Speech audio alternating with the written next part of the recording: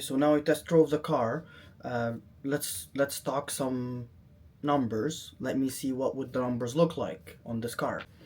Yeah, definitely. I can help you find the numbers that work for you. I'll bring you 4, 5, and a 6 year term, and then we can see what works the best for you. Now, if we agree on the payments and everything works out for you, would you buy the car today? Well, let me see the numbers first. I don't know yet. Show me the numbers and then we can talk. Alright, so here we go. We got some numbers here. Let me show you what I have. So I'll show you 6, 7 years loan. I have 5, I have 6, and I have 7 years loan. So 60, 72, and 84.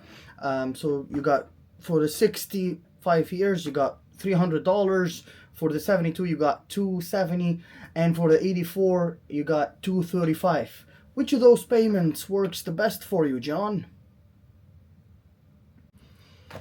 Okay, I don't know. Maybe I'll take the 6 years or the 7 years. Well, can I pay the loan anytime that I want? A friend of mine told me I can make a payment. When I say payment, I mean the full amount of the loan.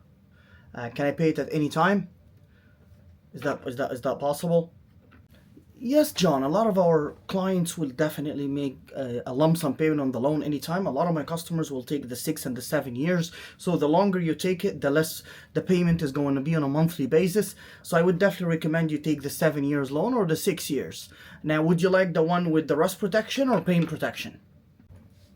Oh, I see. Okay, that's good. Okay, that's good. Well, I'll take the one with the rust protection. And you said the payment was $250. If you can make the payment $215 a month, I'll be interested. Yeah, let me see what I can see, John. I'm just gonna go talk to my manager, okay? Just hang tight.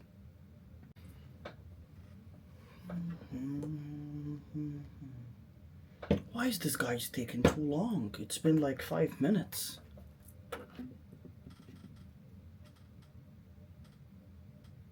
What are we gonna have for dinner tonight? Gotta call the wife and see. Alright, John, thanks for waiting. So I spoke to my manager. He said we only have 2 available, and I know that you said you like the color black. Now, the best we can do on this car would be $245 instead of $250. I know you asked for $215. That's the best we can do. So now what we're going to be doing, we'll take you to the finance manager and we'll get the deal done for you. Oh, so that's only like $5 off. Okay. Is that like the best you guys can do? Like, can you guys do a little better than that? I went to the other dealership and they offered me actually less than that. They offered me close to what my offer is. Are you guys able to do a deal based on those numbers I'm saying right now? Because what you brought me right now is what, $245? That doesn't make me interested. Yeah, absolutely, John. No, I get where you're coming from. Now remember, right, we're an A-plus dealership. We sell tons of cars, right? Now remember, after us selling you this car, we will be taking care of you, right? We'll take care of you in the finance department, in the service department. If you want any accessories like winter tires, right? A lot of my customers will get winter tires and rust protection. We have the best prices when it comes to pricing our tires. Now, keep in mind too, our service department, they're the best. They have a 4.9 service out of 5. And you know what? They're going to treat you well. We're going to treat you well.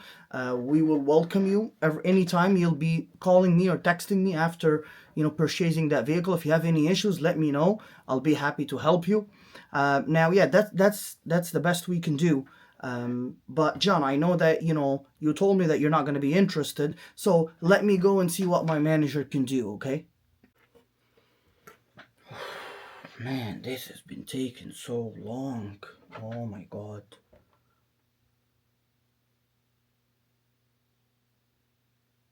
I'm not sure if I should stay here or leave. Hey honey, I'm still at the dealership. It's been like 2.5 hours now. The guy's still checking with his manager. Yeah, I'm getting tired. Like, I feel hungry. I want to eat. Yeah, they told me 2:45. I'm just getting tired here. All right. Okay. Okay, honey. Talk to you soon. Bye. Man. Yeah, so I spoke to my manager here, John, and he said the best he could do right now would be 241, right? He said we don't have much gross in these vehicles. We don't make money on these cars, right? Like, we lose money on most of the cars. We barely make money on the front end on these. We would be making money on the service department, but there's no gross in this vehicle, unfortunately. So 241 is where we're going to be at. I would say let's just go ahead and sign this. I know that you've been off and on your phone. I know that you're busy. This car is gonna last you forever, John, and they have great warranty on it, 5 years, 100,000. There's been a lot of good reports on these cars, and all what it takes for you. What would it take for you? Would I give you 2 oil changes? Would that make your day better? If we got you 2 free oil changes, would you take the car today? Well, 2 free oil changes, I don't know if that's gonna do it for me. I'm just getting tired right now. I'm probably going to walk away, and I'll come see you guys another day. I've been here for 2.5 hours. I got 2 calls from my wife. I don't know why this is taking so long. So it looks like I'm just gonna go to the other dealership here. They offered me a better deal than you guys. So I'll see you guys another day. Oh, John, wait. Like, I'm trying to do everything I can. I'm trying to do the best I can in order to get you this vehicle in your driveway, so you can drive away with it, right? So let me just see what my manager could do, okay? We really want your business. Okay, what would it take to get your business done today? Well, that's the third time you're telling me, you're gonna see with your manager, what you guys are going to do in terms of getting me the best deal. Now, I know I gave you an offer from the other dealer. Let me see what you're gonna do about it. Okay, are you gonna beat it or you're not gonna beat it? Now, we've agreed. You said 241. I said 235. So if you guys can't meet me at that number, I'm just gonna walk away. That's it. All right, John, sorry for keep you hanging here. Thanks for hanging in tight. Okay, so I spoke to my manager, and what we can do is 234. We'll beat them by $1. Okay, let me shake your hand. Let us get you in the finance manager so we can get you out of here, and I would say you can come pick your car in the next 4 days. How does that sound? Yeah, okay, so that sounds good. Now let me just confirm with my wife. I think she'll be okay. All right, so we can go to the finance manager then. Do I need to put a deposit? What do we need to do right now? Now, based on the interaction that you've seen between the salesman and the client, what do you think? I'd love to get your comments below, and just let me know what your thoughts on the whole process, okay? Now, let me shed some light on the whole interaction. The main point that we're talking about today, interaction. Number one, interaction of the salesperson with their manager, the back and forth. If you guys noticed, about 3 to 4 times, the salesperson went to their dealership. The second interaction I want to talk about is how the salesperson spoke to the customer. And was that salesperson genuine with their customer? Were they saying the truth? Did the salesperson give a good deal to the customer? I'd love to get your guys' comments below. Did the salesman treat the customer right? Did the salesman appreciated the customer time? Did the salesperson did what it need to be done to have a repeat customer? Okay. This is what I'm going to be discussing in the video right now. I want to comment on the interaction with the manager. Now, the salesperson the first time went to the manager. What happened the first time, the manager doesn't give out all his ammo. It does the sales manager doesn't give his discounts all at once. What happened is the sales manager start asking the salesman some questions. And I'll tell you guys what are some of these questions. Number one, where did you get this customer from? Did the customer go on the website?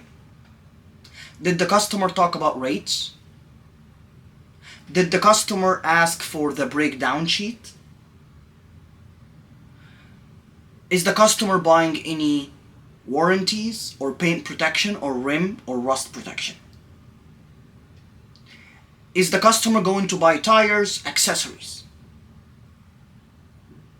Now the manager is trying to assess the situation based on the salesperson replies to their manager.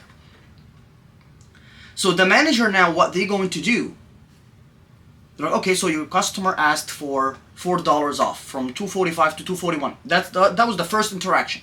Salesperson say yes, and then the manager will say, okay, so $241.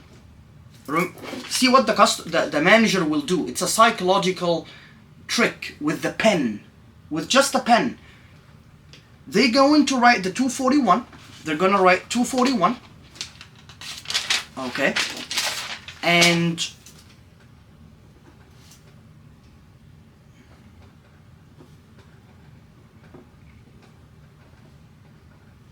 so they probably you guys can't see, but they will say okay, and they will put their name on it, the manager name. So you as a customer, you think that, oh, you're getting a VIP treatment. Salesperson go out to you, the customer. You've been waiting. Now it's been over an hour.